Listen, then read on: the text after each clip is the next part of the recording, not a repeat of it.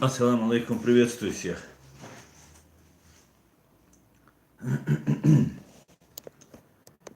Так,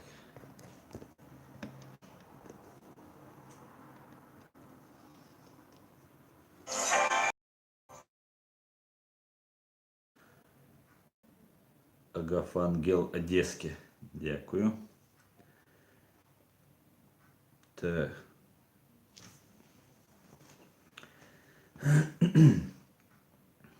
Ну что, заводи, братчина. Поехали.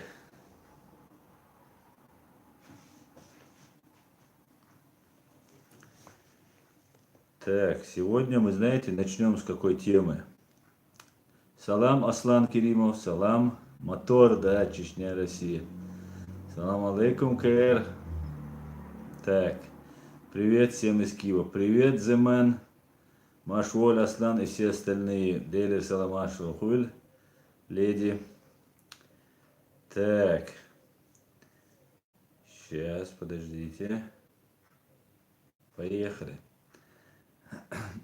Как там было это? Летчик возвращается с отпуска, садится в самолет и говорит, наливай, разливай, заводи. Я ничего не имел в виду после своего отпуска, если что. Делер салам ашал, хуль массарга, алейкум салам, всех приветствую. Всех приветствую.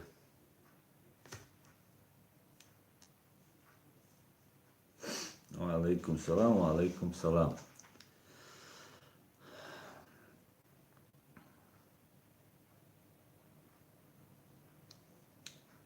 Так, господа. Халид, ва алейкум салам, Сабу Салбаш. Так. Да, леди, я уже дома, отдохнул отлично. Хотелось бы продолжить. Так.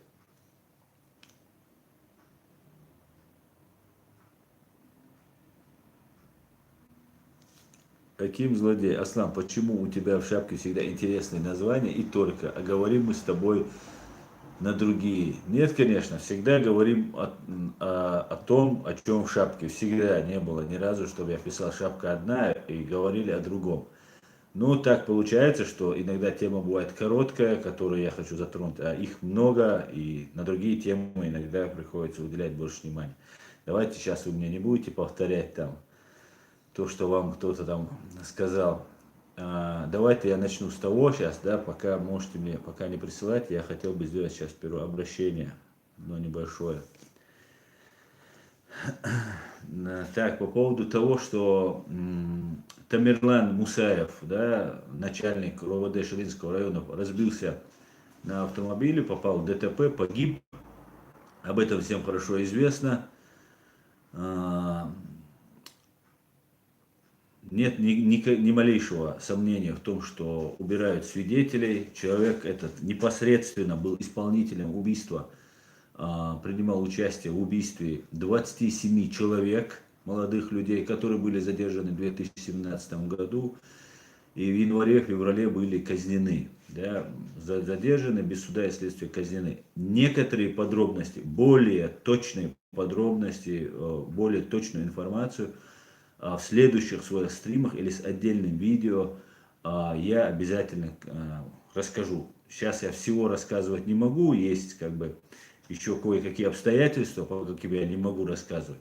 Но непосредственно вот этот Тамерлан Мусаев был исполнителем убийства вот, части людей, 27 молодых чеченцев, которые были казнены, о которых сейчас новая газета сделала доклад, там мемориал об этом говорит и так далее. Именно, я так понимаю, был и Аюб Титиев задержан, подкинуты ему наркотики, и он тоже сел за это.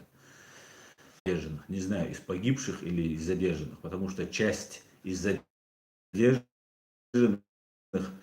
получили большие сроки. Эти все 14 человек, которые получили по 18, 16, там огромные сроки там и больше, получили ребята, было видео, да, недавно гуляло, эти 2 года они провели под следствием, их не казнили, хотя все они должны были пойти, как они называют это, на результат, но благодаря тому, что было предано огласке, вот это массовое убийство, эти ребята получили сроки. Но при всем при этом, эти ребята невиновны, они незаконно осуждены, эти 14 человек пополнили ряды тех 26 тысяч незаконно осужденных российским судом чеченских граждан.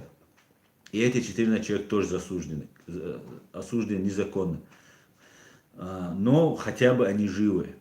Далее, что хотелось бы сказать по поводу того, что будем добиваться всячески всегда напоминать об этом. Эти лица, эти 14 человек, фамилии у нас имеются, будем тоже об этом напоминать всегда. И мы должны всегда помнить, что эти люди незаконно находятся. И по первой же возможности мы должны их вытащить. Потому что в 2000-х годах, которые сели, уже многие уже вышли, в 2001-2002 незаконно осуждены. Но вот эти ребята вот сели недавно, и им еще сидеть и сидеть. И они сидят, абсолютно невиновные люди сидят. Только лишь из-за того, что ты недоволен оккупационной властью, и ты исповедуешь ислам так, как ты хочешь, тебе не могут давать такие сроки. И они все это получали, наговаривали, подписывали, такое, их пытали, всех до единого, содержали в жесточайших условиях, не кормили, не поили, да, там минимальные, чтобы человек не умер. Дается еда, так тебя держат неделями, психологически, морально человек ломается только лишь из-за этого, что это является нарушением, прямым нарушением, да, если не обеспечивает необходимой медициной, питанием, достаточным чистым воздухом, свежим воздухом, когда человека надо выводить, прогуливать, купаться. Если этих условий нет, это прямое нарушение международного права. И пытки, само собой, да, даже убийство с полицией, да, не берем наш случай, да, оккупированную Ичкерию, а берем просто убийство полицейским преступником. Даже в таком случае оно допускается убийство, потому что может преступник оказывал сопротивление, там, при попытке задержания и так далее. Убийство преступника допускается.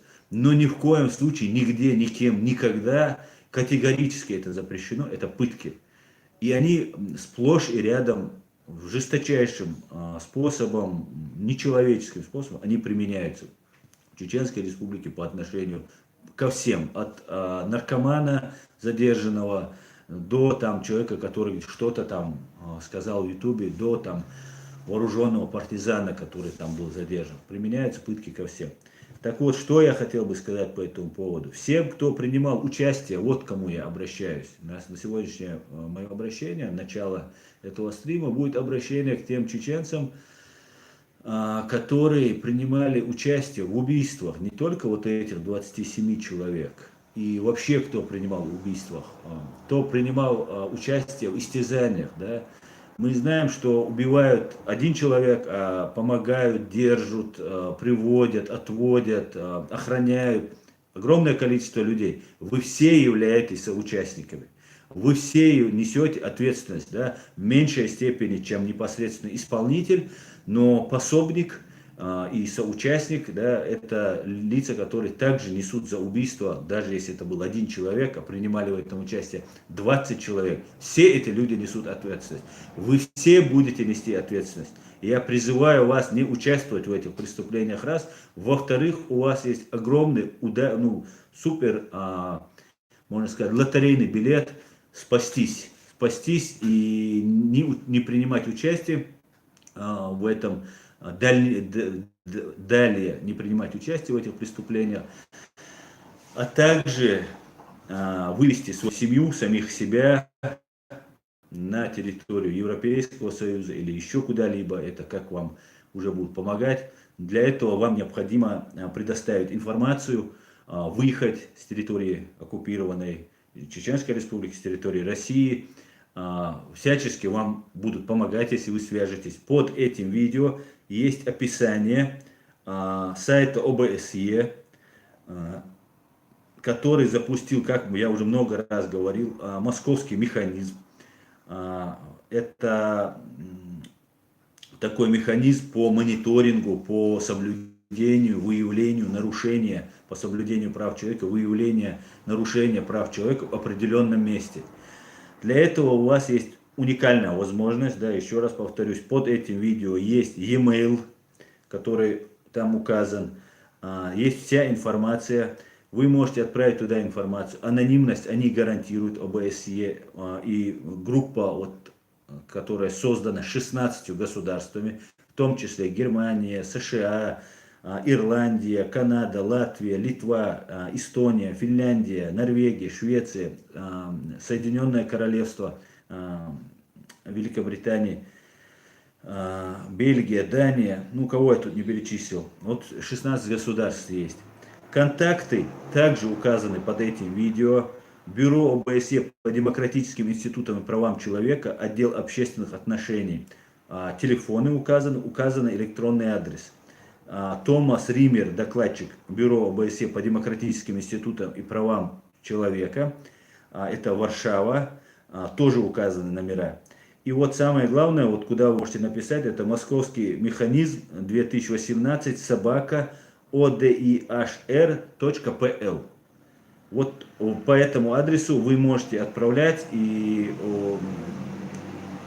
ну, если у вас есть такая достоверная информация, были вы свидетелем этих преступлений, принимали вы участие в этих преступлениях, соответственно, если вы поможете раскрыть это преступление, совершенные вот этими бандитами, коллаборантами, вы будете освобождены от ответственности, да, и также вы сможете в дальнейшем не принимать участие в этих преступлениях. Что еще я хотел бы сказать по этому поводу? Например, вот этот Тамерлан Мусаев, нет сомнения, что этот человек, как непосредственно исполнитель, был ликвидирован. Следующие, вы сами прекрасно знаете, ваши фамилии я буду называть в следующих своих стримах. Еще я буду давать кое-какую секретную информацию. И потихонечку буду всю ее, не буду выдавать, все, что мне можно будет, все, что я согласую, я буду выдавать в эфир. Да? И все ребята, все люди, которые принимали участие в других подобных преступлениях, знаете, что вы не уйдете от ответственности. Ваши фамилии уже зафиксированы, вы известны. И это не так, как вот в России совершил и забыли. Нет, здесь совсем по-другому. Здесь, если ты попал в этот механизм, запущен, пройдет 100 лет эти преступления, массовые убийства, это тяжкие преступления, они не имеют срока давности. Вы участвуете также в продолжающем геноциде нашего народа, пособником являетесь оккупантов, это уже нарушение наших статей, нашего уголовного кодекса. Но это небольшой такой шажок международного сообщества, которое оно должно было сделать еще 19 лет назад. За это мы благодарны. Конечно же, у нас есть не только право индивидуальных лиц, да, не частное право, там конкретной личности, но и всего народа, в котором нам пока отказано. Мы будем требовать свои права, как частного лица, да, вот у этих убитых ребят, осужденных незаконно ребят, других там сотни и тысячи случаев. Также будем требовать и нашего коллективного права. И мы обязательно этого добьемся. Другого выбора у нас нет. Если мы есть нация, если мы есть народ, если мы есть государство, мы должны это требовать. Сможем мы, не сможем мы, этот вопрос даже не обсуждается. Вот по этому поводу, чтобы вы не повторили судьбу Тамерлана Мусаева, который был на очень хорошем счету, который был вход в самые верхние круги вот этой бандитской мафии, да, вот так называемые кадыровцы, да, чтобы все понимали, нет никаких кадыровцев, да, еще раз, еще 100-й раз я это буду говорить, нет никаких кадыровцев. Есть банда ФСБ, кадыровцы. Эта банда, есть Солнцевская бригада, была, да, сейчас она уже там ушла в тень. Молодые ребята, которые стояли за ней, они все сидят, погибли, а солнцевские сейчас живут и здравствуют. Солнцевский, Казанский и так далее. Все руководящие составы из них были там или агенты ФСБ, или действующие сотрудники ФСБ. Точно так же и кадыровцы, так называемая банда кадыровцы. Она имеет внешние признаки административной власти, но она играет, ну, непосредственно подчиняется администрации Путина и там ФСБ там на самом верху. Может быть, Кадыров лично Путину только подчиняется. Скорее всего, так и есть. Вот эта банда кадыровцы рано или поздно будет призвана к ответу. И нет сомнения, что их будут потихонечку находить, выявлять и доказывать. И не имеет значения, сколько времени для этого потребуется. Рано или поздно всем придется ответить. Не бывает так, убивают много людей, и как бы об этом все видят, знают и молчат. Так не будет. Даже если там Россия, верхушки какие-то, генералитет уйдет от власти, от ответственности, непосредственно вот эти исполнители, они не уйдут. Непосредственно вот эти пешки, которых используют, да, банда кадыровцев, она не уйдет от ответственности. ФСБшная банда кадыровцев. Ну вот, что я хотел сказать. Фамилии я сейчас пока называть участников вот этих преступлений не буду. Буду потом называть, да, я вам об этом уже сказал. Так что всем, кто хочет спасти свою жизнь, избежать ответственности за преступления, в которые они оказались по глупости, втянуты насильно, по другим обстоятельствам, призываю всех в срочной мере обратиться от ОБСЕ «Московский механизм». Ссылка на сайт, e-mail, телефоны есть. Телефоны, наверное, звонить не будете, но можете написать электронный адрес какого-нибудь левого аккаунта, с левого аппарата и сказать, что у вас есть такая-то информация. Также вы можете мне написать, я могу полностью вот это, вы можете напрямую им написать, можете мне написать. Я как надо это могу оформить и отправить. Но лучше же, конечно же, вам написать. Там есть юристы, и говорят они на всех языках. Но в случае необходимости для помощи, консультации, для любой другой помощи я к вашим услугам. Так, вот что я хотел бы сказать по этому поводу. Сейчас тогда ответим на ваш вопрос, а потом поговорим еще про пожары и потопы, которые захлестнули Россию, как говорится, лиха беда начала. Так, поехали дальше.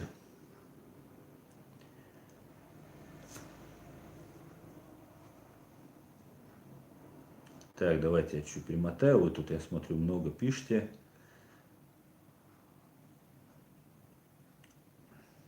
Так. Артуру, ассаламу алейкум, ассалам. Зря ты сказал про Тумсову Хабенок. Нет, я не зря сказал. Это человек абсолютно лживый, да, мы больше не будем возвращаться к этой теме.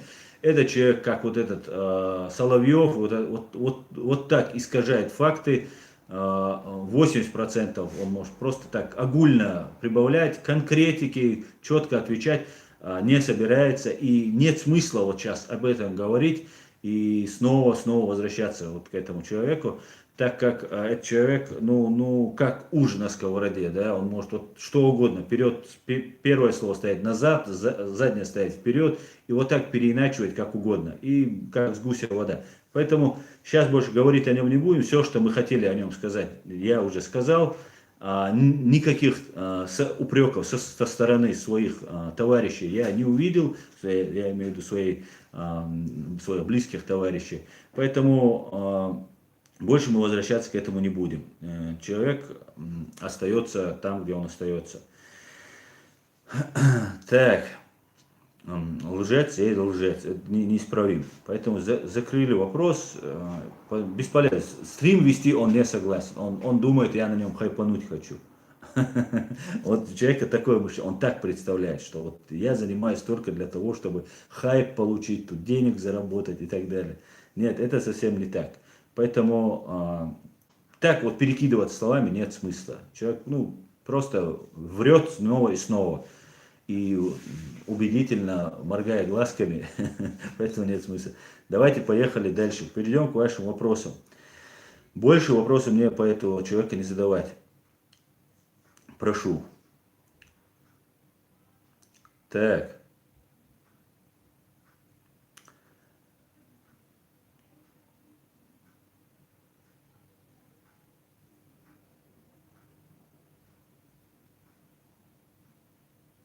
Так, сейчас я найду, тут у вас между собой идет общение, сейчас я.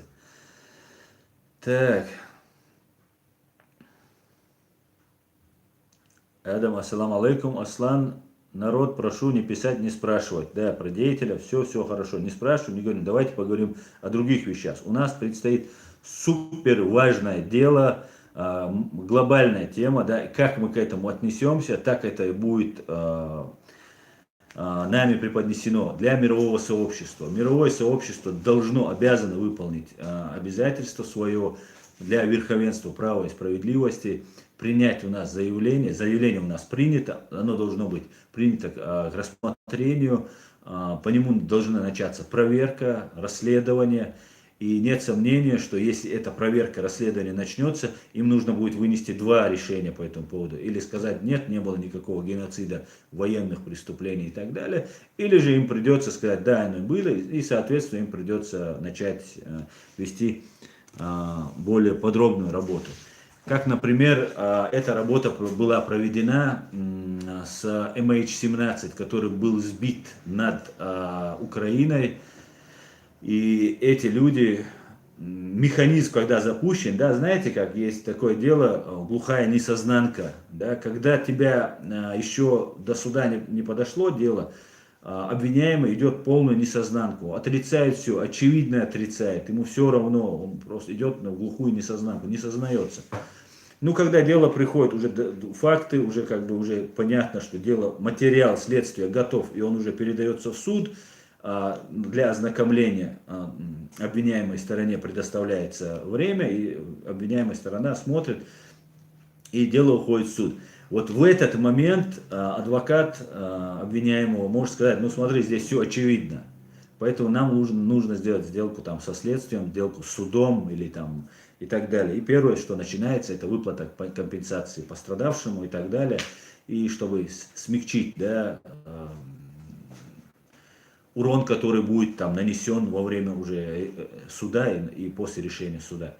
И Россия уже начала обсуждать вот этот момент, да, сбитый Боинг, хотя они отрицали, было 500 версий, что это сделали украинцы, там, да, что Бук это украинский, что истребитель украинский, ну, много-много было версий. В конце концов, когда они 100% уже была доказательная база собрана, и дело уже ушло в суд, то сейчас Россия уже ведет закрытые консультации и пытается там договориться, там, дать денег родственникам погибших, ну и как бы на этом замять. И я так понимаю, многих это устраивает.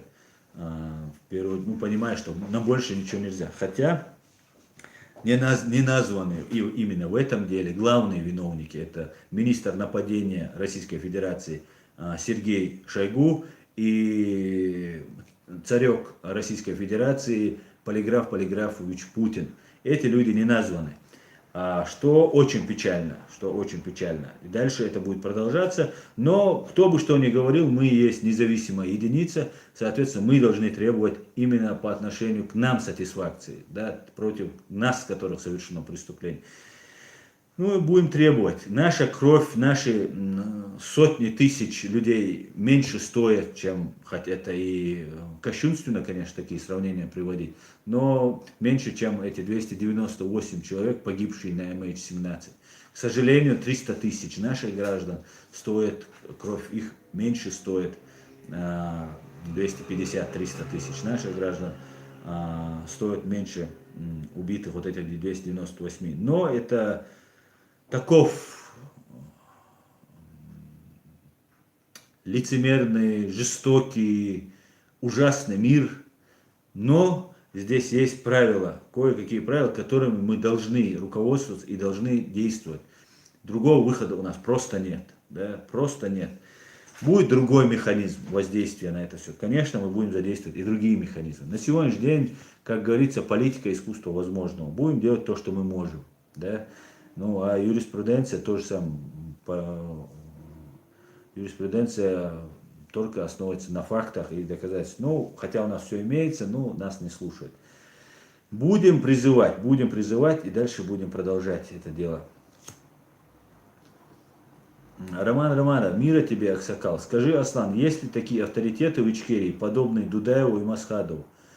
Но, знаете, конечно, есть.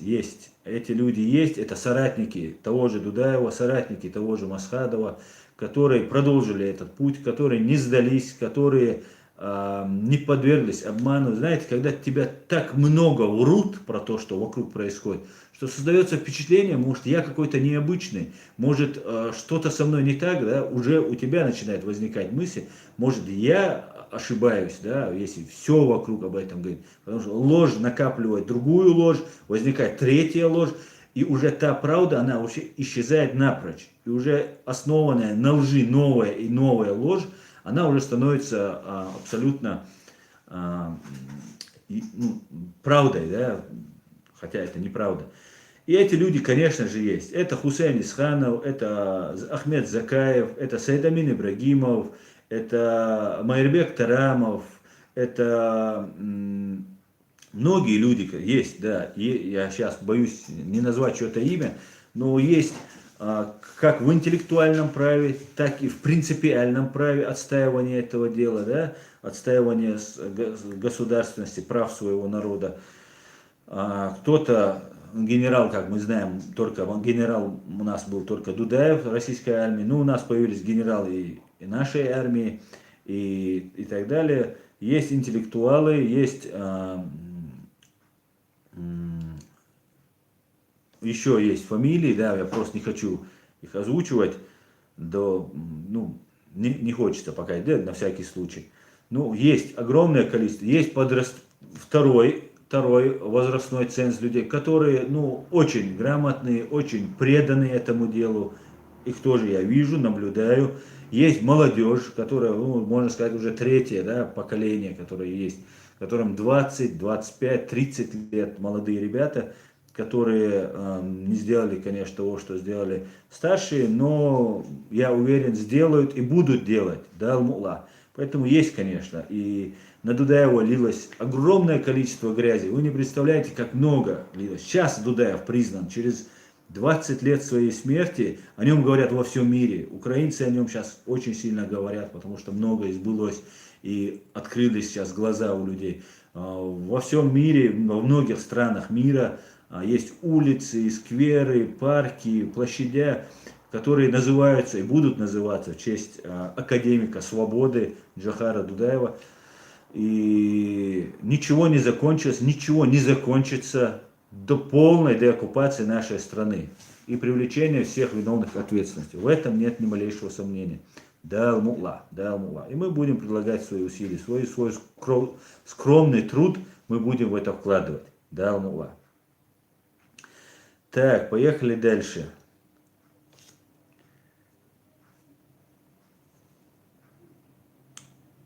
Так. Сейчас тут много вот ненужного. Ребят, я буду блокировать, даже если нет оскорбления. Вот сейчас мне вот, я сказал, не будем говорить, давайте не будем. Я знаю, что вы поклонники, то хорошо, что зашли, посмотрели, но если просто пакостить, да, там, писать пакости, то нет никакого смысла, да. У нас есть своя позиция, мы здесь занимаемся серьезными делами, поэтому я вас прошу, пакости не пишите просто, чтобы я вас не заблокировал. Просто смотрите, если не интересно, просто уходите. Ну, за оскорбление все это, конечно, будет бан. Безжалостно, да? Так. Так.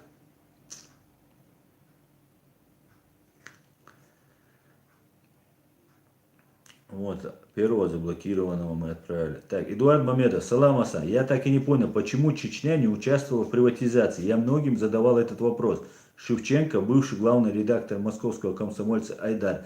Они отрицают. Приветствую, салам, Эдуард. Да, это всем известный факт. Об этом наша сторона не очень много говорила.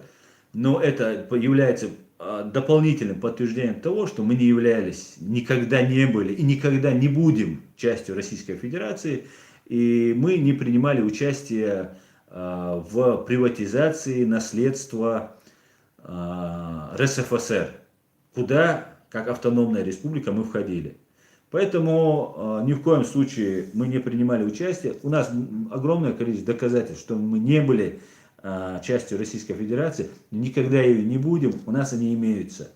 Это договора о выводе войск, это договор между Масхадовым и Ельциным, договор о мире, это межправительственные разные другие договора. Поэтому наше государство, оно независимо. Единственный документ, который подтверждает, что мы являемся частью Российской Федерации, это является референдум, да, в кавычках, который был проведен в 2003 году. При живом президенте Аслане Масхадове, при активных боевых действиях, при партизанской войне, когда каждый день уничтожались российские оккупанты и их приспешники, гибли мирные люди и наши солдаты. При всем при этом был проведен референдум, в котором приняли участие оккупационные войска, расположенные на территории, расквартированные на территории оккупированной, временно оккупированной Чеченской Республики Ичкерия. И, конечно же, была фальсификация, потому что на всех выборах, да, я на 2 выборах был наблюдателем в России, и я знаю, что это такое. И поэтому при условиях, это в Москве, где были камеры, где мы там как-то контролировали, мы всячески пытались. В Чечне никаких разборок не было. Есть у меня огромное количество свидетелей, которые рассказывали, как они заполняли бюллетени и проводили этот референдум. При всем при этом этот референдум проводился незаконно. В приватизации мы не участвовали. Приватизацией занимались Ельцин, его вот эта банда, сейчас которая у власти, банда есть, которую чуть-чуть отстранили, тогда кто успел хапнуть есть. Также мы не принимали участие ни в избрании президента Российской Федерации. Короче говоря, мы всячески отошли от России, но нас незаконно, опять как аннексирован Крым, часть Украины, также были оккупированы мы. Поэтому всему в свое время мы будем добиваться, и вот это хороший пример, то, что ты сейчас приводишь, Эдуард, про приватизацию. Я тоже о ней пытаюсь не забывать и говорить, что это еще одним фактом является, что мы полностью отошли от России, нам от них ничего не нужно, кроме наказания виновных и деоккупации нашей страны. Так, поехали дальше.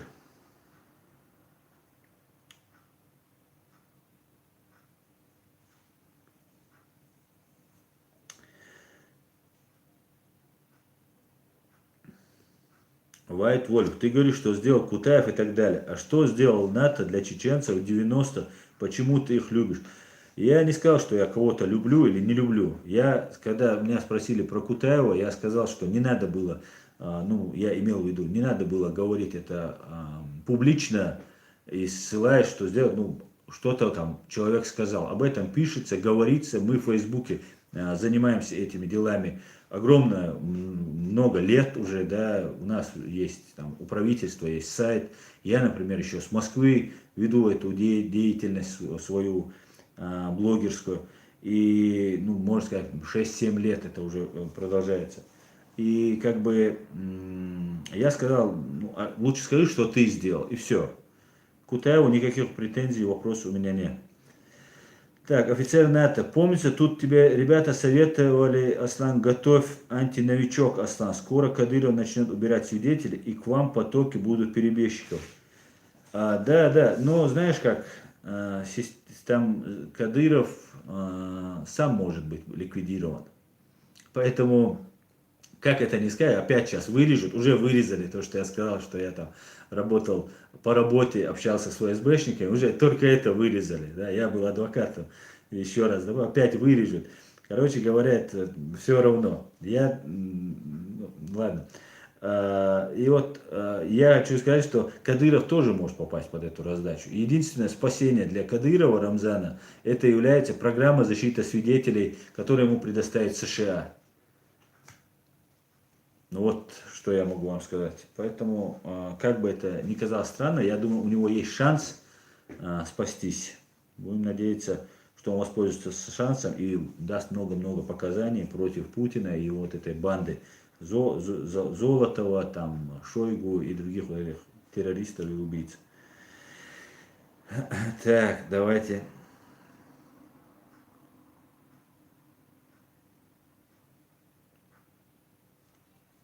Так, я перемотаю, много.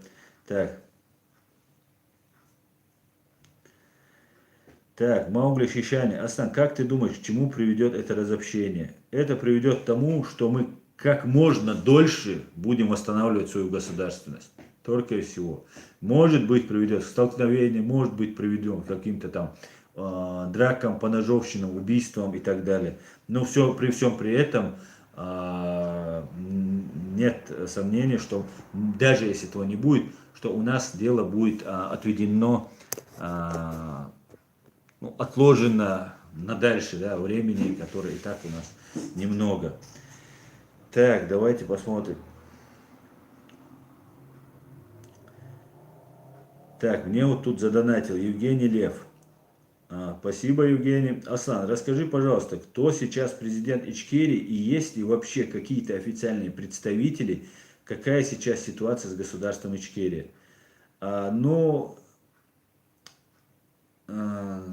президента Ичкерии на сегодняшний день нет. Президент Ичкерии был убит. Последний президент Дока Умаров сложил в себя полномочия и возглавил организацию Имарат Кавказ. У нас сейчас на сегодняшний день есть дееспособное, легитимное, да, правительство во главе с Ахмедом Закаевым, кабинет министров, куда ходят министры, министры иностранных дел, министры других ведомств. Это правительство в экзиле, как мы знаем, правительство изгнании.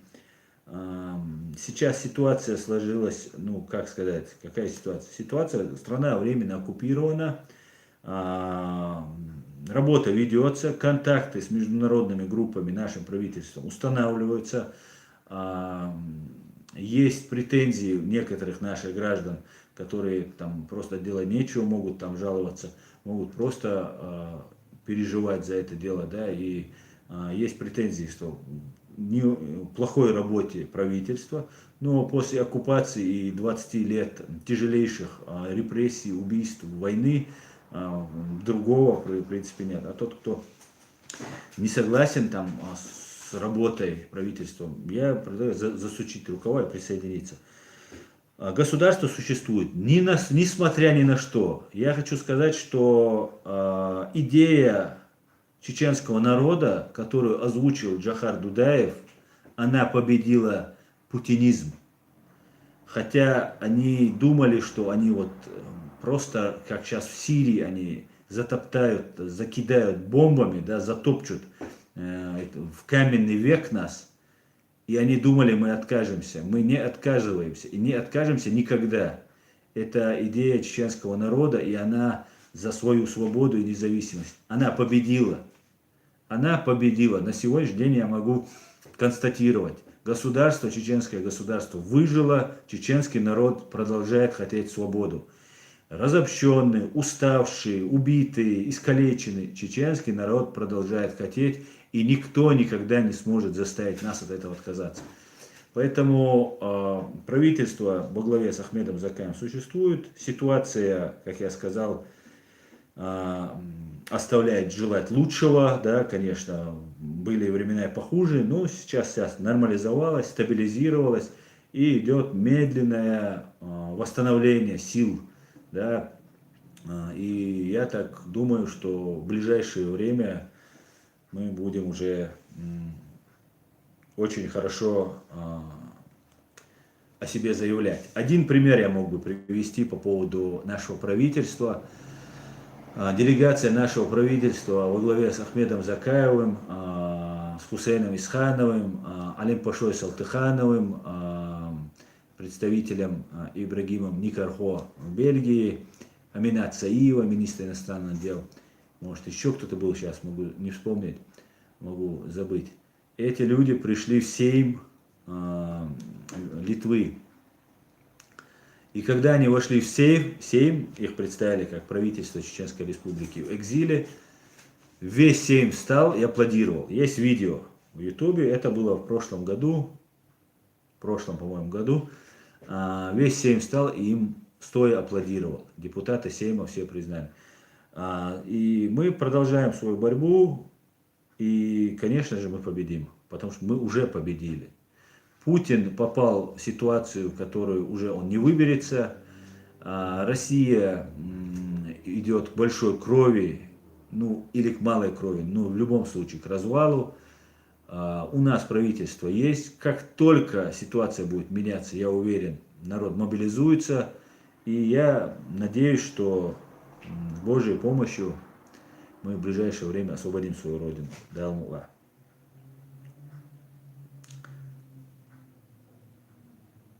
Так, что тут убираете все? Сейчас поехали дальше. Антитеррор ЧРИ. Aslan, assalamu alaikum. Wij weten berghuik het stomsoos duitjen dogma it elbosch. Tjung onder ilur bats будь спокоен. Ва алейкум салам, антитеррор. Да, да, мула, илур дат свой царь дуитченах, илуш свой дат, да, мула, он дальча свой دقوق هيج نخا بود روشك والشوم نادات حيبونا واشتراس واخيان بقي شاي لا دوان يلا هرمدو هر нисту альча. Есть кому нам посоветовать и есть кому нам сказать, что не, ну, от себя ты не отскардот стич, да, цундела на вашка салам машалу док да догма цаит абсолютно. Йоу, шинца хочу, йоу, он будет сега вообще парилки чё, санёвер. Кажем эмоционально дитер, но диш дахает диш, дук датер, наха ошлоу был бечешеш, болашеш, шестан он нахкит мы чурож. Тунде лакица дуйцеруай, дерес куль язда. Так, Немо 77, Аслан, ты голос народа и свободы. Так, Дейл Рейс куль Немо 77. Так, поехали дальше.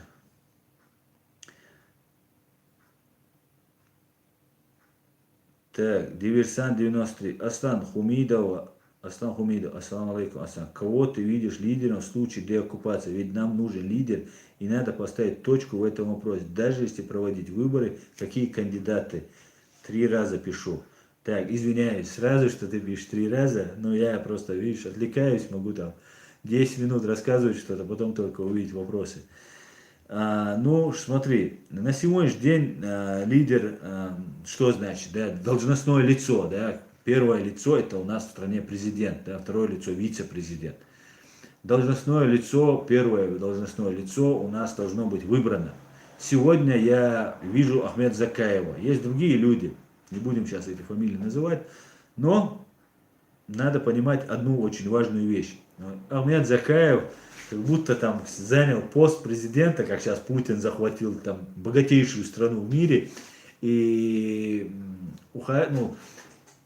пользуется вот этими благами. У Ахмеда Закаева нету ни бюджета, ни нефтескважин и так далее.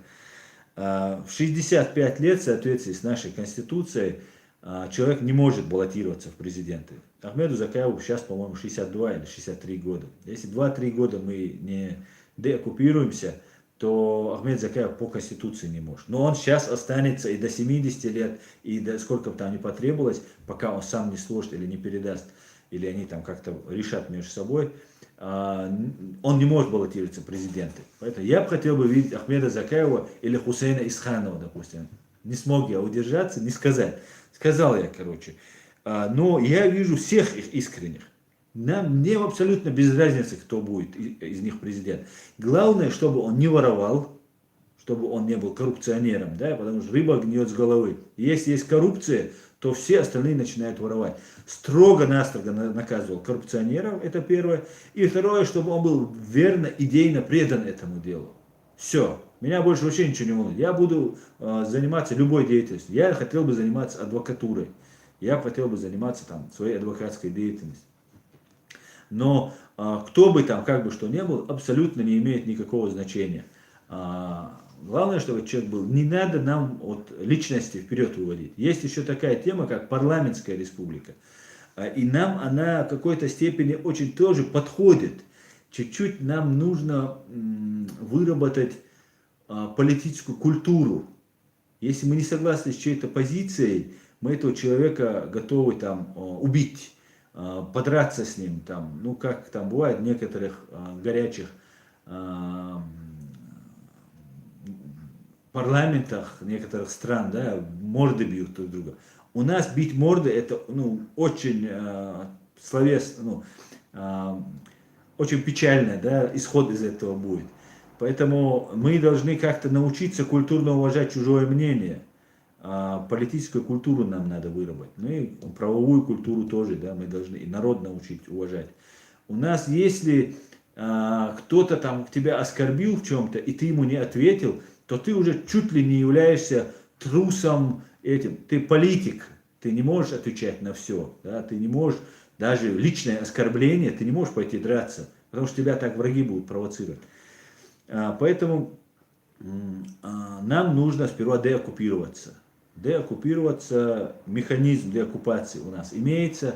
Нам нужно, чтобы вот международные институты снова обратили на нас. Наш вопрос нужно поднять на международный уровень. И вот когда мы поднимем на международный уровень, когда реально вот займутся органы, международные институты, которые обязаны заниматься этим, тогда дело сдвинется с мертвой точки. И когда мы сможем привлечь к ответственности виновных и избрать президента и парламент. И вот тогда должны вот появиться лидеры, которые будут баллотировать в президенты, в депутаты и так далее. Это большая работа, это огромный труд. Но если мы народ, а мы народ, абсолютно нет сомнения, конечно, мы это должны будем все сделать. Да,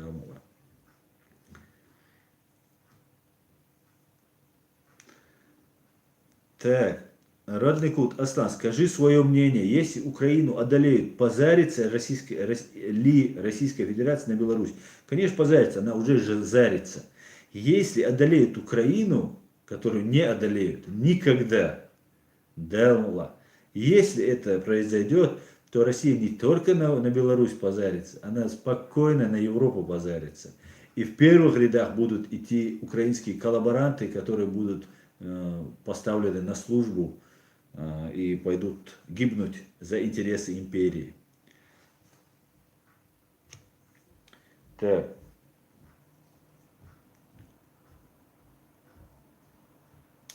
Бамут Бамутский задонатил. Делрес хуль Бамут, Далса Дуэль Бамут Бамутский.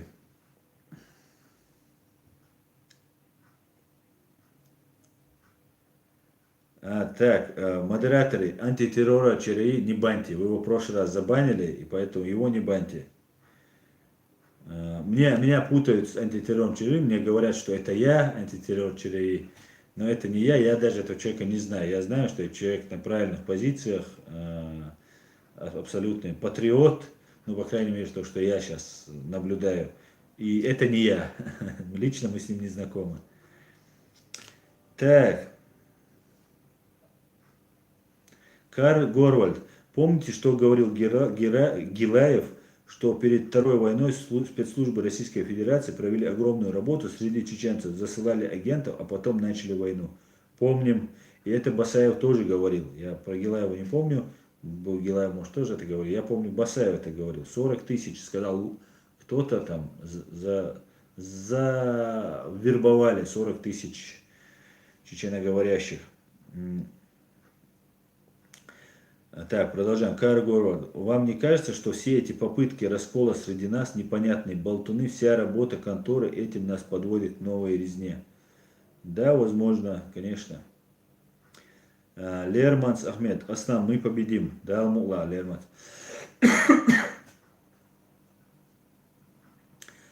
Так что, так.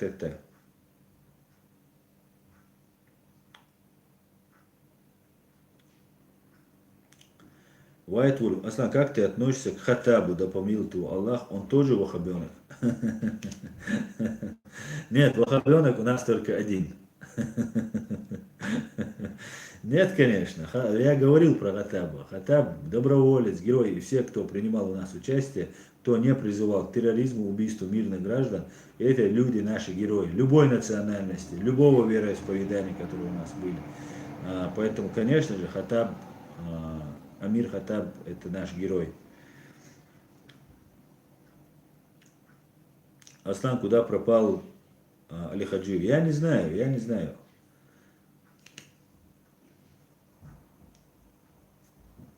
Так, Маркус, Аслан, ты делаешь правильное дело. В 21 веке никто не может устроить геноцид и делать вид, что этого не было.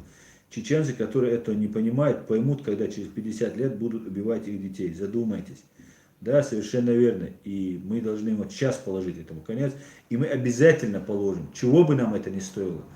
Знаете, я думал сегодня над этим.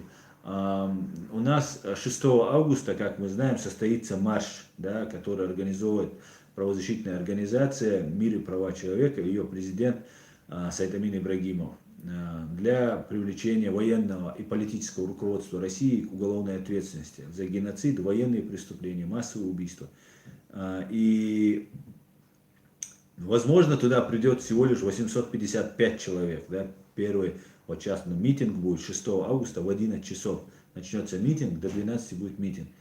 И потом начнется пеший марш с Страсбурга до Женевы. Так вот,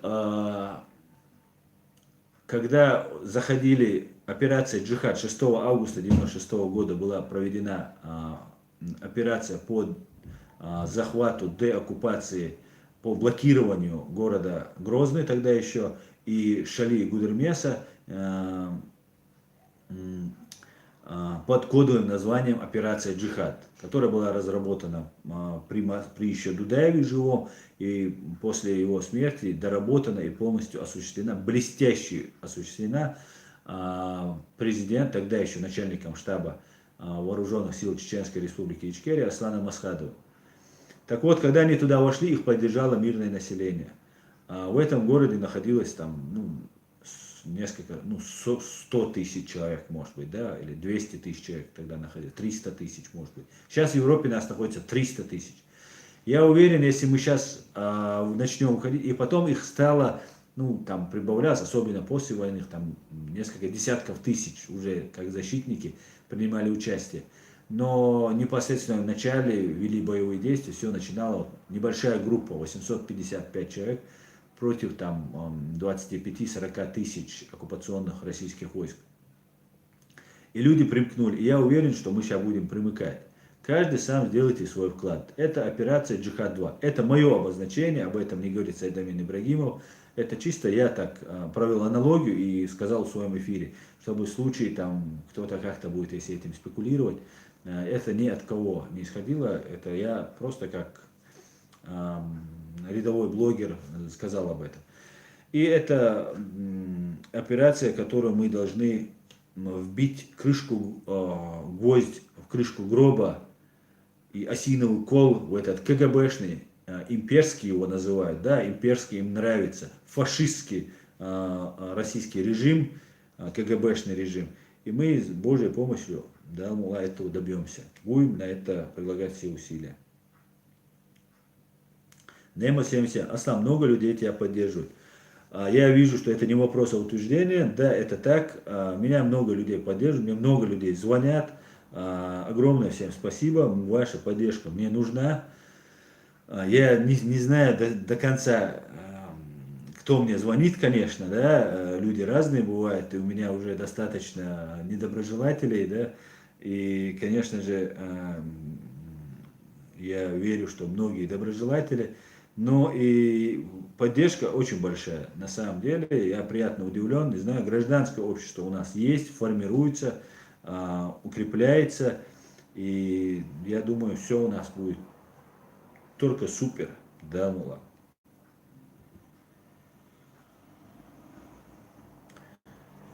Ганс Шрёдер, нам нужен, который вообще не может говорить по-русски. Ганс Шрёдер, если честно, да, ты очень прав в этом, то, что ты говоришь. Очень прав. Наша вся беда, что мы знаем русский язык. Вся наша беда в том, что мы находимся в информационном русском поле. И наш народ вот болванит на протяжении каждого дня, каждый день какие-то спектакли, какие-то постановочные эти кадры. Днем и ночью они нам показывают вот, и болванят людей, болванят, дурят. И вся наша беда, что мы говорим на их языке. Да, это большая ты прав. Это очень сложно найти человека, которого поддержит и который не знает русский язык. Ну, еще нам надо бы не только наш президент должен говорить на русском, весь народ не должен говорить на русском. Мы должны уйти от этого языка. Я раньше думал, что его оставить говорить на Кавказе между собой, это было в какой-то степени удобно, так как мы уже все владеем. Но я знаю, что за 3-5 лет взрослые могут там кое-как выучить язык, а дети, да, за 6 месяцев, за год, если начать в школах преподавать свой язык и не преподавать русский, за год, я думаю, абсолютно большинство детей у нас перестанет говорить. Ты когда приезжаешь в Литву, ты можешь со взрослым заговорить на русском языке, куда-то спросить, как пройти, тебе подскажут. Если ты заговоришь с молодым человеком, там, 20 лет, 25 лет или 15 лет, они не понимают русского языка. Они говорят на своем родном языке и отлично все говорят на английском языке. И я думаю, нам пора забыть этот язык. Но это большая проблема, да. Но технически это сложно осуществить, но я думаю, мы сможем. Мы сможем.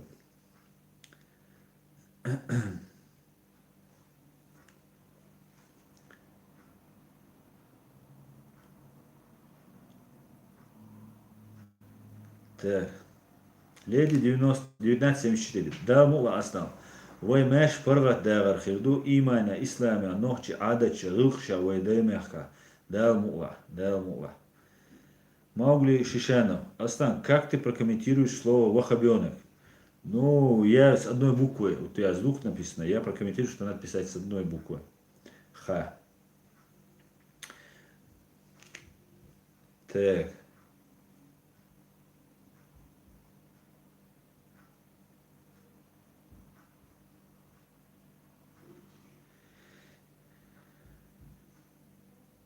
Вильпес Инкульта. Асан, завтра в Москве ожидается стихийный митинг из-за избирательной системы.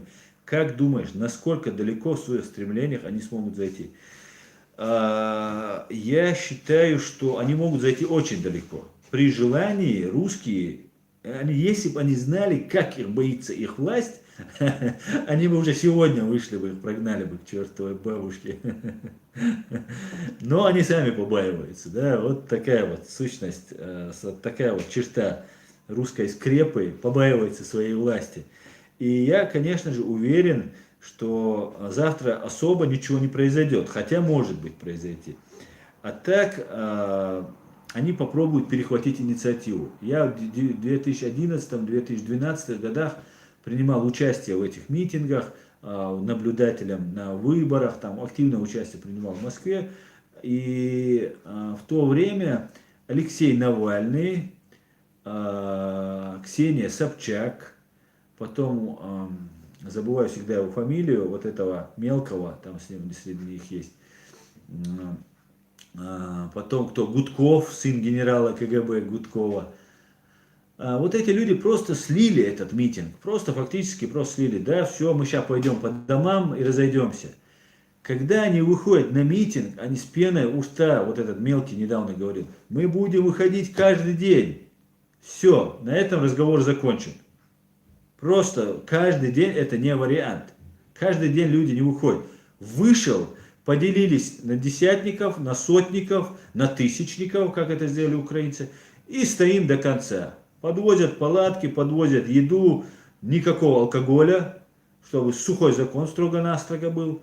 И стоим до конца. Неделя, месяц, 2 месяца, сколько надо. Не уходим. Власть пошла вон.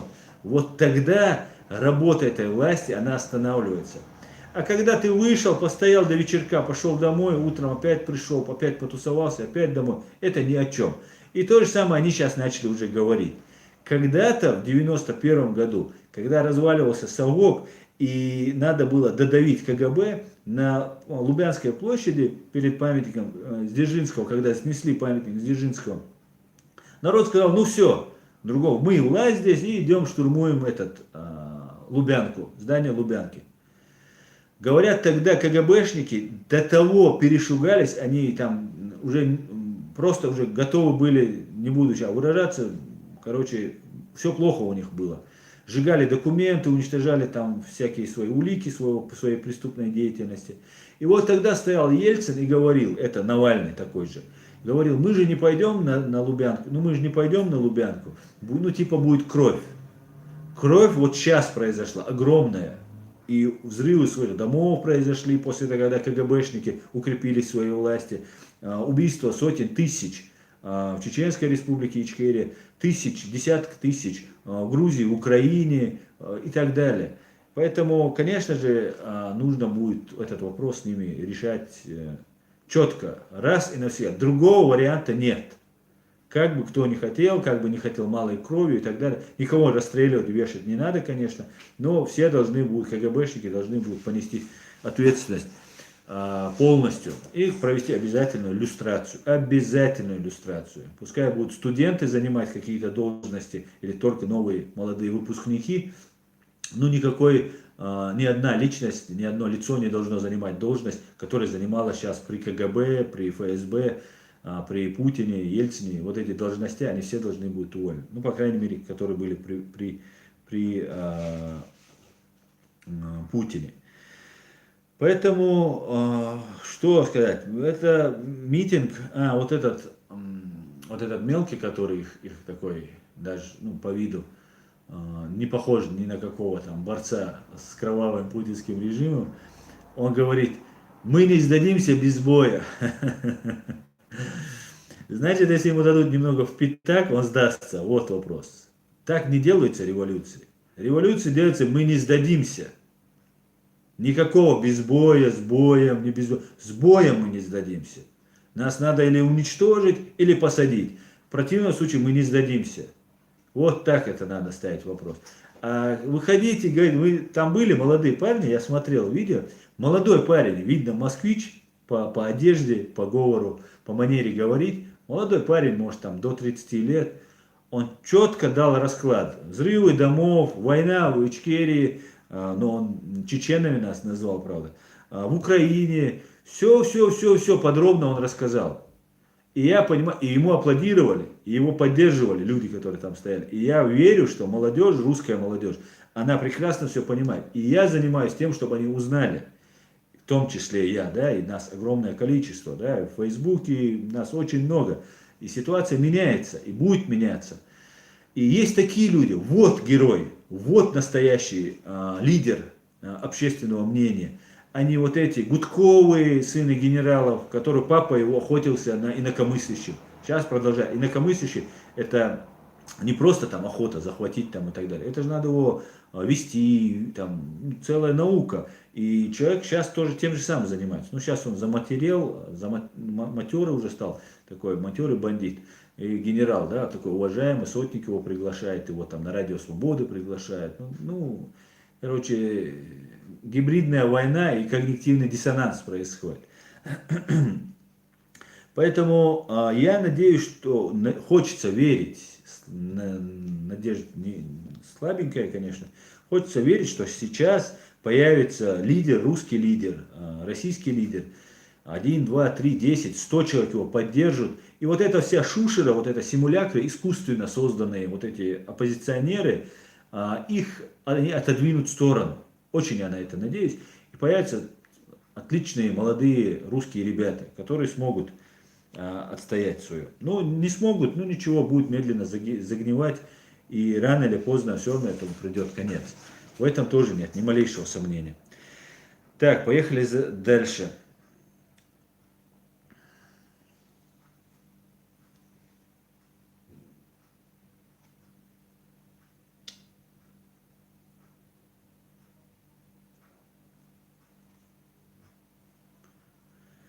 Так.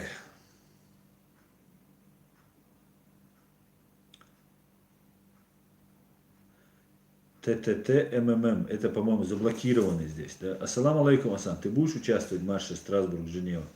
Конечно, буду. Вот с этими никами, это, по-моему, ты заблокированный, да, какой-то? Ва алейкум салам. Конечно, буду.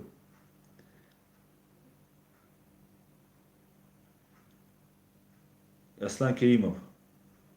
Аслан, говорят, что Закаева задержали. Что об этом известно? Я ничего не знаю об этом.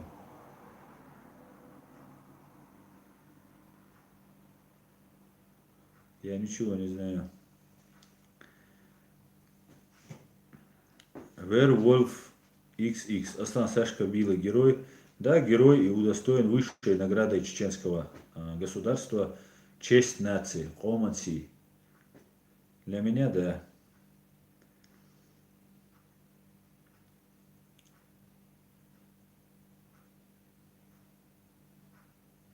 Красивый голос 1:0. Аслан, а ты в курсе, что Аль-Вахаб имя Аллаха, дарующий удел своим рабам? Тот, кто оскорбляет имя Аллаха, останется убытки. Ты в курсе об этом? Вот ты вот как тот человек, называя подменой понятий, ну, по-простому врешь, да? Я не оскорблял имя Аллаха. Я делал конкретное обращение, я не называл его Аль-Вахабом и еще как-то. Я просто обозначил конкретном человеке, что он заслужил. Это меньшее, что он заслужил. Альхамдулиллах, слава Богу.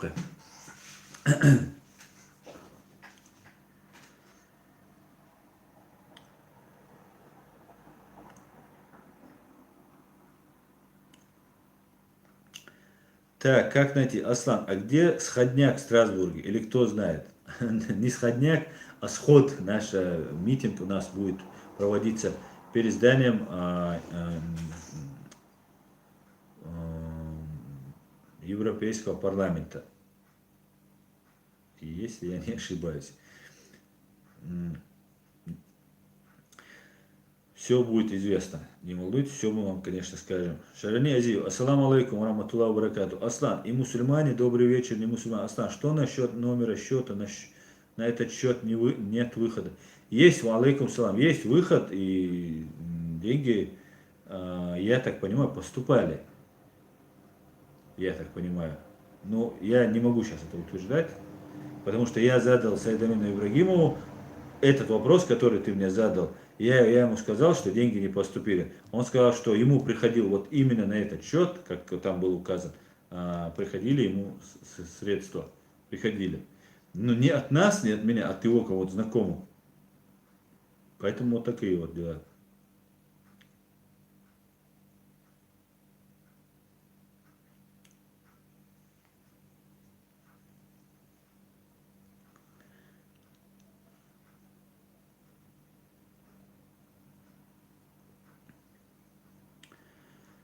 Так.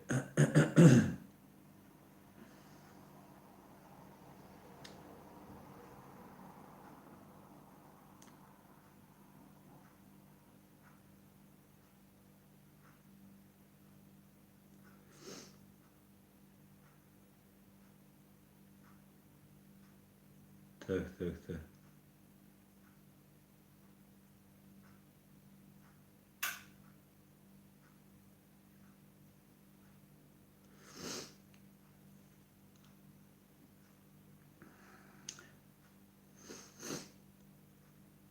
Беслан МСИ, не забывай, в операции «Джихад» были упакованы Аргун, Гудермеш, Шали. Да, все войска были блокированы. И Камдол. Почему-то тобой забытый Шамиль Басаев. Нет, Шамиля Басаева я не забываю. Сразу не надо обвинять меня в этом. Нет, конечно. Шамиль Басаев, легендарный генерал Шамиль Басаев, Руслан Гилаев и многие-многие другие принимали в этом участие. Да, я не забываю, просто операция «Джихад», всегда мы говорим освобождение Грозного, а на самом деле, конечно, это был и Гудермес, и Аргун, и Шали, там тоже все это было. Все это, конечно, было. Просто 850 человек заходило в Грозный, 855 человек, как я знаю.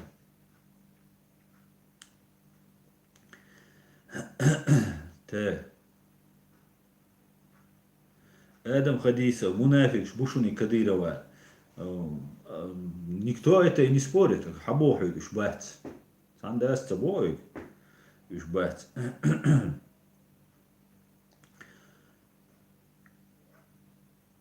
Так, поехали дальше. Офицер НАТО, Аслан. Мой вопрос очень важен почти для всех чеченцев. Аслан, после деоккупации ЧРИ будут ли претензии к родственникам коллаборантов, которые не являлись ни сотрудниками и так далее? Которые не являлись ни сотрудниками и так далее. Конечно же, это должно решение приниматься не мной одним сейчас, да, я просто свое мнение скажу по этому поводу. Да, конечно же, ответственность коллективная не может быть ни в коем случае, даже если она распространялась на нас. Даже если она распространена на нас, мы не можем уподобляться. Вот в этом и есть сила закона, когда мы должны придерживаться не наших эмоций и желаний, а придерживаться закона, который будет. Но провести иллюстрацию — это такая мягкая форма наказания человека. Иллюстрация, когда говоришь что-то, это ужасным кажется. На самом деле ничего ужасного в иллюстрации нет. Это запрет на занимать определенные должности, государственные должности, там, образовательные должности, преподавательские какие-нибудь должности, да, вот такого плана. Вот эти люди будут. Также запрет накладывается иногда во время иллюстрации на родственников, прямых родственников, по восходящей, нисходящей и там боковой вот этой линии, которая идет. Это родители не могут занимать никакую должность, дети не могут занимать должность, и братья с сестрами не могут. В нашем случае, может быть, этот список может быть расширен на двоюродных братьев, но я не знаю, как это будет, потому что это нужно огромную работу проводить снова и снова.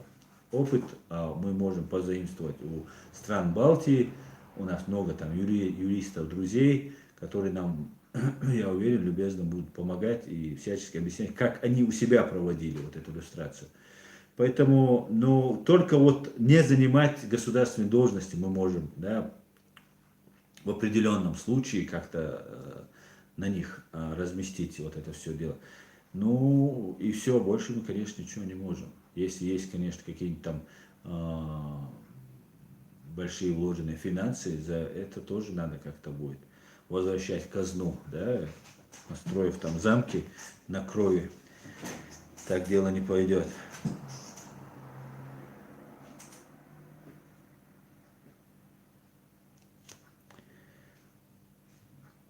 Так, ночи 770. Аслан Хамодыш, простой гумант, заблокировать. Вот цундель нах боуч бо он улли цани дуаш цахит ашдило что гум.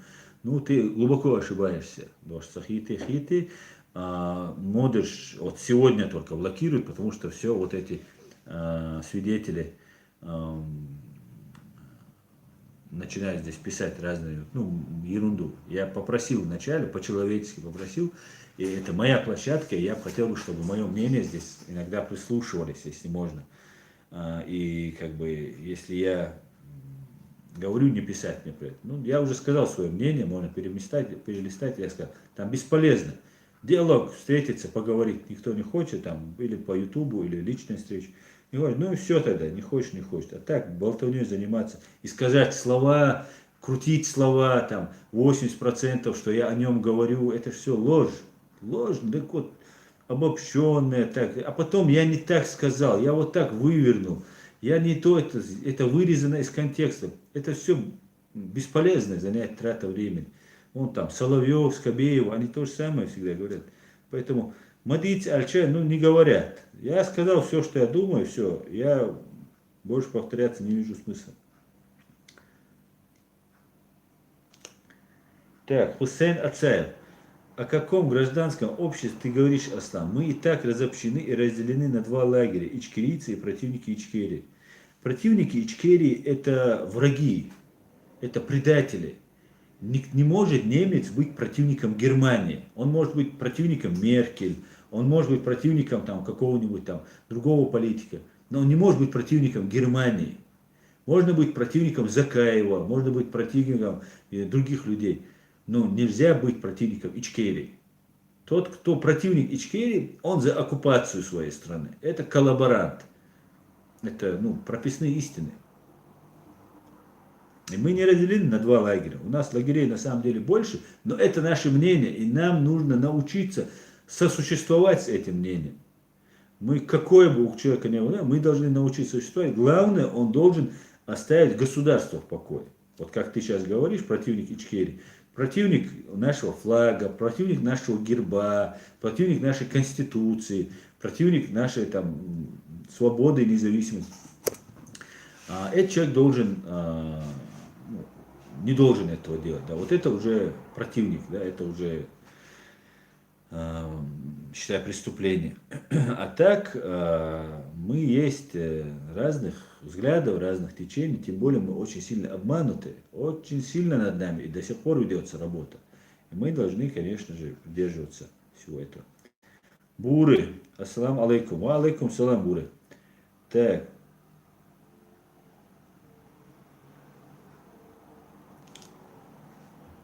как найти?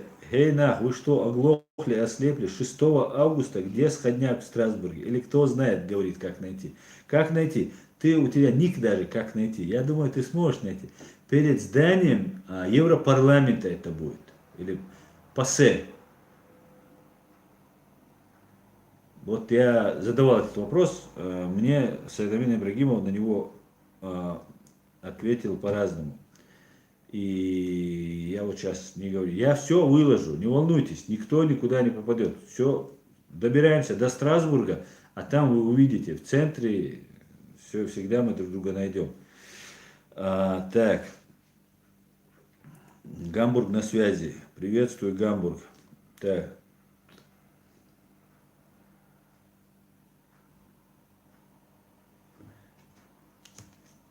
Вильпус Инкуль. Да, Яшин, Яшин этого забываю всегда.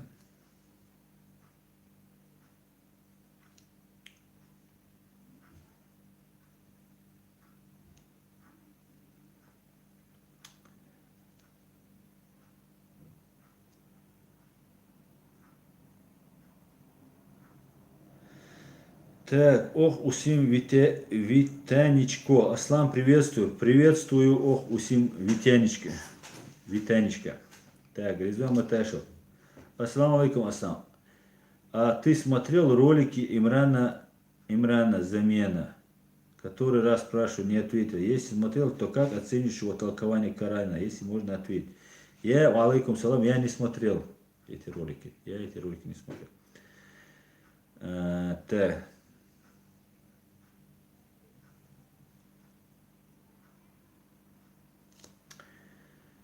Так, лице Яшина, мы получим третью войну. Это ненавистник всего чеченского, чеченофоб откровенно говорит об этом. Ипполит Матвеевич. Да они все там такие. 95% россиян, русских, это чеченофобы, исламофобы. Ксенофобия в России зашкаливает. Откройте сайт ЦИАН по сдаче недвижимости в Москве, в России. Там четко написано, не Кавказ, только русским и так далее. И я знаю, о чем я говорю. У русских сидит шовинизм, имперство. Да? Имперство им нравится, фашизм. Как Дудаев его называл, русизм у русских сидит. Это факт. Обижаются на меня, не обижаются. Это факт. Русские больны русизмом, разновидностью фашизма.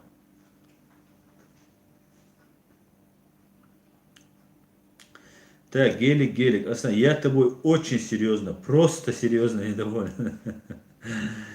Я сожалею, Гелик.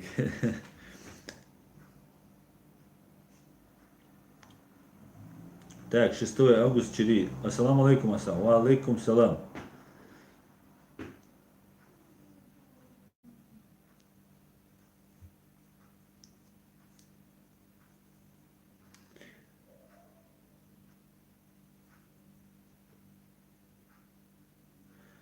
Агафангел Одесский. Аслан, прокомментируйте свое отношение к такому оппозиционеру, как Навальный. Я только что о нем тоже сейчас упоминал здесь. Навальный это симулятор, это никакой не агент, никакой не кто, деятельность, да, никакой не политик такой, независимый политик. Это создан искусственный симулятор. Эти люди, знаете, для чего создается? В России установлено правило. Можно ругать кого угодно. Уже уровень так поднялся, что можно ругать кого угодно. Может быть это Медведев, это может быть Сечин, это может быть там кто угодно. Но это не может быть Путин. Вот нельзя ругать Путина. Если ты ругаешь Путина, ты становишься целью для уничтожения. Вот пар вот так выпускается. И Навальный занимается то же самое. И какие-то расследования, там, коррупционные, там, это все, оно не приносит никаких результатов. Но есть одно но. Когда Навальный делает свои вот эти расследования, он показывает, насколько богат Медведев.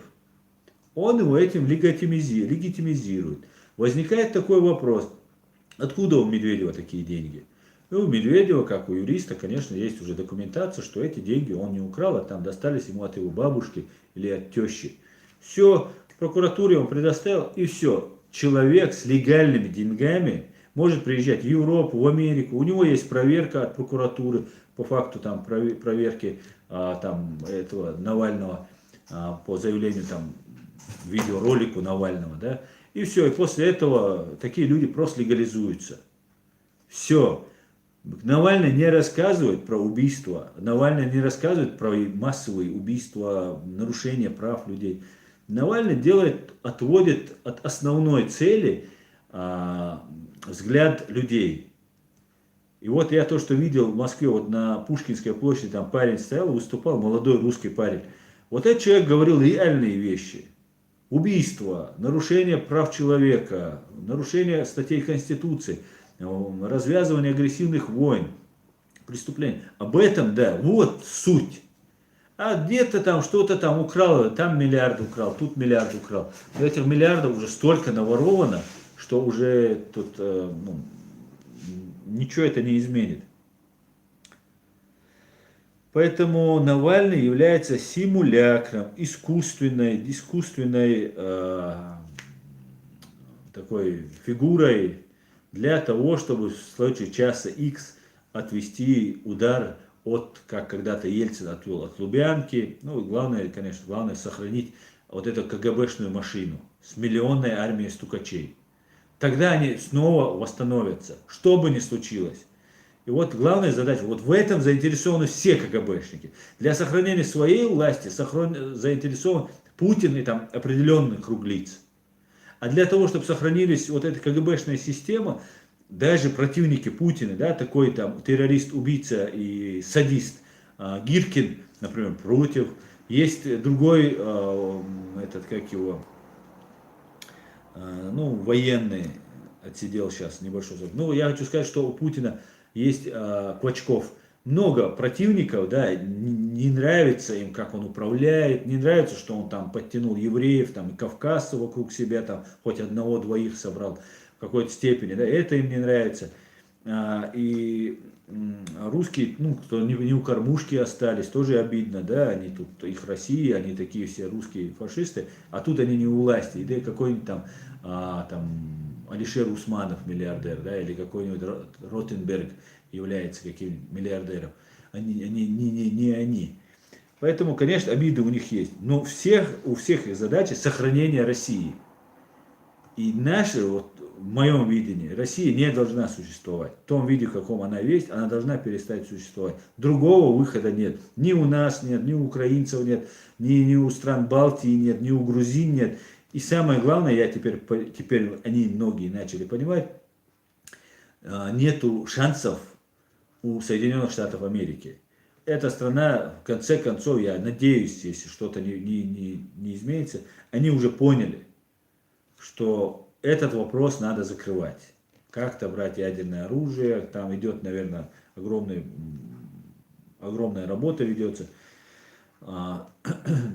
Однозначно надо этот проект под фашистской Россией надо закрывать. Привлекать к ответственности преступную бандитскую фашистскую Россию за все преступления, которые она совершила. Только тогда мир на восточной части Европы, Азии, большой территории Азии вздохнет свободно. Только так. Да, надо будет поделить там, много государств создадутся, возможно. Вернуть Курилы японцам, Калининград немцам и много что еще придется сделать, но это неизбежно. Россия должна перестать существовать. Рамзан Дудаев, Чарльз Беннет, ты не умеешь читать. Астана имеет в виду людей, которые выросли в России, которые российский менталитет. Нам, новички, руководство нужны люди с европейской культурой в политике.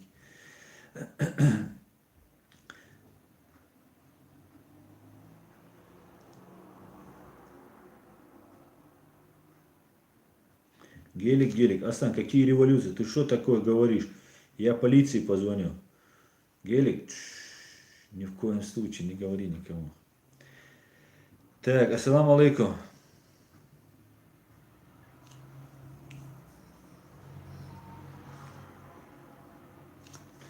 Диверсант 93. Асан, что будет с Кадыровым, Путин, Давельч? Твое мнение? Если он не обратится в свое время ОБСЕ, в начале ролика я сообщил, куда можно обратиться, да, при всем этом я пытаюсь помочь всем, в том числе и Кадырову, если у него есть возможность. Программа защиты свидетелей от Государственного департамента Соединенных Штатов Америки. Единственная возможность спастись Рамзану Кадырову. Если что, могу телефончик достать и сообщить. Пиши, если что, Рамзанчик. Хусейн Ацаев, Аслан, ты говоришь, вся наша беда в том, что знаем русский язык. А ты в курсе, что умные люди изучают не только историю противника, но и язык противника? Да, одно дело, это же, вот в чем дело, Хусейн. Это же не то, что умные люди там изучают противника. Конечно, противника нужно изучать. Но я имею в виду, когда весь народ говорит на этом языке и подвергается информационной пропаганде. Вот наша беда. Конечно, кто-то должен знать, у нас это посольство должно быть в Москве, и там должны быть наши послы, которые говорят на русском языке. Конечно, русский язык все забыть, да мы не сможем. Это я говорю, что у нас проблемы из-за этого.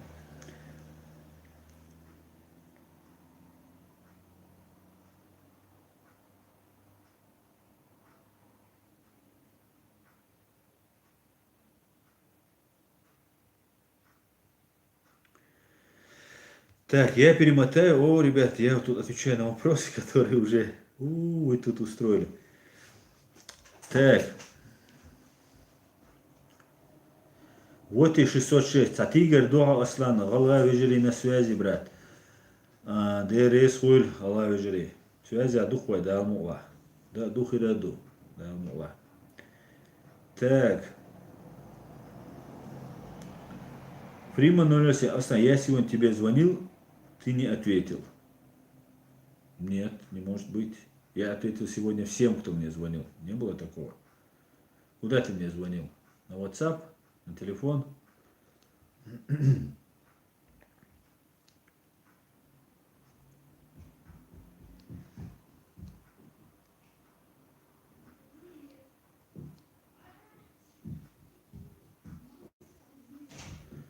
Так, антирашизм. Дело в том, что русский язык идет с вирусом пропаганды по умолчанию. Верно говоришь. Да-да-да. Я даже знаю, чья это идея была. Хотя я тоже ее озвучивал. Антирашизмус.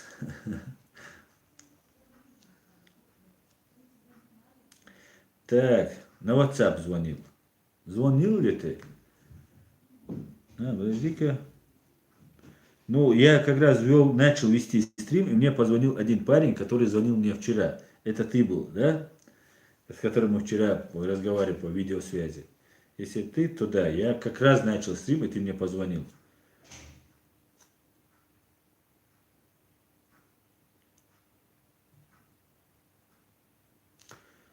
Чарльз Беннет. Аслан, не зная русского, как будут простые жители ездить по своим и торговым делам в соседние республики? Ну, будем пользоваться там любым другим языком. Можно сделать чеченский язык, например. Можно, например, международным языком воспользоваться, английским. Да?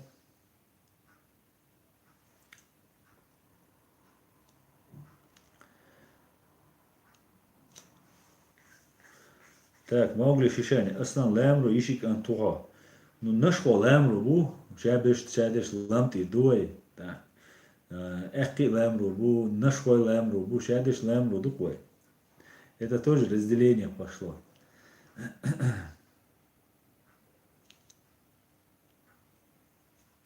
Ричард Лео. Аслан, в Конституцию Чили были внесены поправки в 2002 году на расширенном заседании Меджлис Шура. Ты признаешь их или нет? Если нет, то почему? Все, что не соответствует Конституции, я это не могу признать. Внесение изменений конституционного строя в Конституцию Чеченской Республики Ичкерия может сделать либо народ на референдуме, либо это может сделать, если это несущественное изменение, сделать парламент.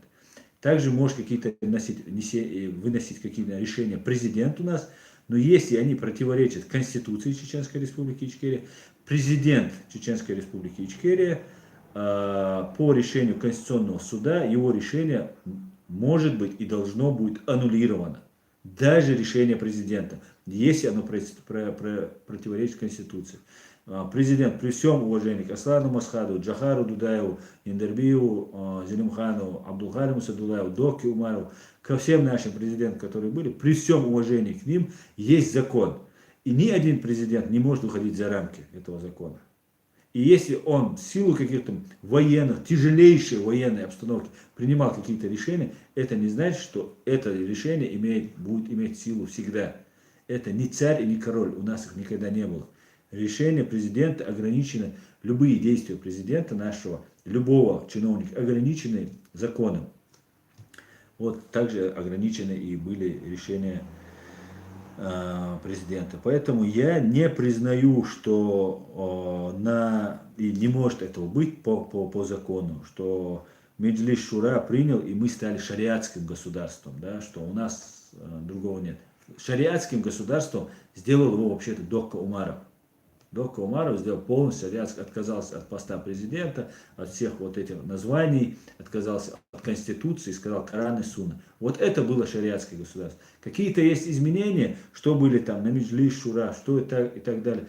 Уголовные суды у нас, которые там имеют шариатские там какие-то отрасли, да, уголовном судопроизводстве, какие-нибудь там другие отрасли права, семейное право какое-нибудь, ну еще что-нибудь. Все это должно соответствовать шариату. У нас соответствует шариату. Ничего наша конституция не противоречит исламу и шариату. Это все имеется. Но для этого должны работать юристы. Наша задача придерживаться сейчас конституции и добиться деоккупации. А это остальное должны не мы с вами обсуждать здесь, а должны собраться группа юристов, профессоров, наших умнейших людей и месяц, два, три вырабатывать законы, вырабатывать постановления, какие-нибудь акты, приводить это в соответствии с международным правом. Другого выбора у нас нет. К сожалению, так. На этом я уже хотел бы закончить наш стрим. Желаю всем приятных выходных. Спасибо, что смотрели. Спасибо, что задавали вопросы. Приятно было отвечать на все ваши вопросы. Я надеюсь, я какую-то вам информацию донес. Информация по поводу марша, пешего марша и митинга, который пройдет в Страсбурге, дополнительно я, конечно же, сообщу и в ролике сообщу, и далее буду сообщать. 6 августа, город Страсбург, 11 часов. Всем желаю всего хорошего. Ассаламу алейкум ва рахматуллахи ва баракатух. Всем до свидания.